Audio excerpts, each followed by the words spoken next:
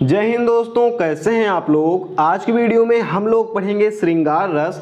और ये रस बहुत ही महत्वपूर्ण है क्योंकि क्लास 9 से लेकर क्लास 12 तक लगभग हर बार ये पूछा ही जाता है। कहीं पर अर्धवार्षिक में आएगा, कहीं पर वार्षिक में आएगा, कभी बोर्ड एग्जाम में आएगा, लेकिन कहीं ना कहीं पर आपको ये देखने को मिलेगा। तो सबसे पहले हम परिभाषा देखते हैं, समझने का प्रयास करेंगे तो एक बार में ही याद हो जाएगा आपको।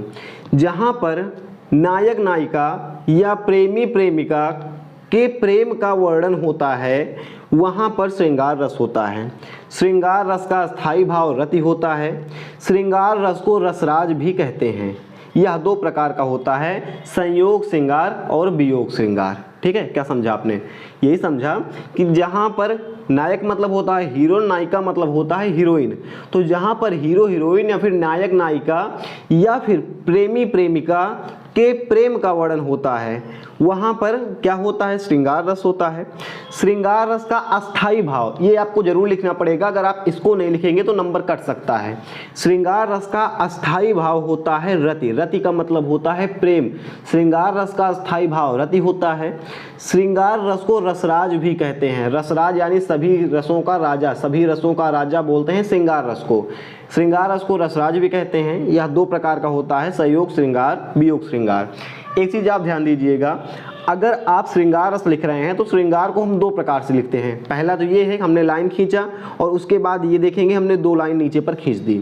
यहाँ पर हमने नीचे से रा नहीं उड़ाया है और यहाँ पर एक ही लाइन खींची है लेकिन नीचे से रा उड़ाया है। तो ये भी सही है और ये भी सही है। गलत कब माना जाता है? अगर मान लीजिए आप श्रृंगार रस लिख रहे हैं और आप ऐसे लिखे, उसके बाद ऐसे किए और रा उड़ा दिए। अभी तो श्राय आपका सही है, लेकिन आप ऐसे करके उड़ा रहे हैं और अब लिख रहे हैं श्रृंगार, तो इसका मतलब आपका गलत है। या तो आपको रा की मात्रा हटानी पड़ेगी या तो आपको जो दो लाइनें हैं दोनों में से एक को हटाना पड़ेगा, तब आपको श्रृंगार सही हो जाएगा। दोनों आप नोट कर लीजिएगा, ये वाला भी और ये वाला भी, ये दोनों श्रृंगार के जो अक्षर हैं ये सही हैं। उदाहरण हम देखेंगे, मेरे तो गिरधर गोपाल दूसरों न कोई, जाके सिर मोर मुकुट मेरा पति सोई। इसमें मीराबाई जी कहती हैं कि मेरे तो सिर्फ गिरधर गोपाल हैं। गिरधर किसे कहा जाता है?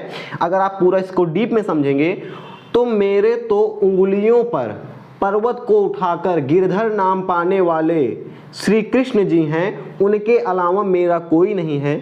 जिनके सिर पर मोर मुकुट होगा मेरा पति वही है। ठीक है, अपनी उंगलियों पर गिरधर नाम को पाने वाले मेरे तो सिर्फ वही श्री कृष्ण गिरधर गोपाल हैं और उनके अलावा इस दुनिया में मेरा दूसरा कोई नहीं है।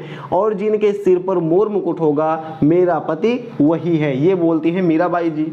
तो स्पष्टीकरण आप लिखेंगे तो इसमें लिखेंगे, प्रस्तुत पंक्तियों में मीराबाई द्वारा प्रेममय होकर श्री कृष्ण की विशेषताओं का वर्णन किया जा रहा है, अतः यहाँ पर श्रृंगार रस होगा। ऐसा आप लिखेंगे, नंबर आपको पूरा मिल जाएगा। यहाँ पर प्रेम में हो गई हैं, वो उन्हीं से सिर्फ प्रेम करती थी तो इसीलिए बोल रही हैं कि जाके सिर मोर मुकुट मेरा पति सोई। तो प्रस्तुत पंक्तियों में मीराबाई द्वारा प्रेममय होकर श्री कृष्ण की विशेषताओं का वर्णन किया जा रहा है, उनको बताया जा रहा है कि कैसे उनको गिरधर गोपाल का नाम मिला, तो उनकी विशेषताओं का वर्णन किया जा रहा है, अतः यहाँ पर श्रृंगार रस होगा।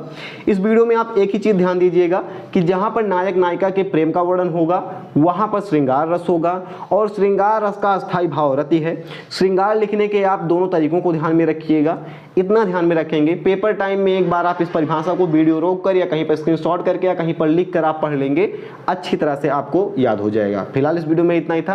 कैसे लगी आपको वीडियो आप हमें कमेंट करके बताइएगा। हम मिलते हैं ऐसे किसी नेक्स्ट वीडियो में किसी और रस के साथ। जय हिंद।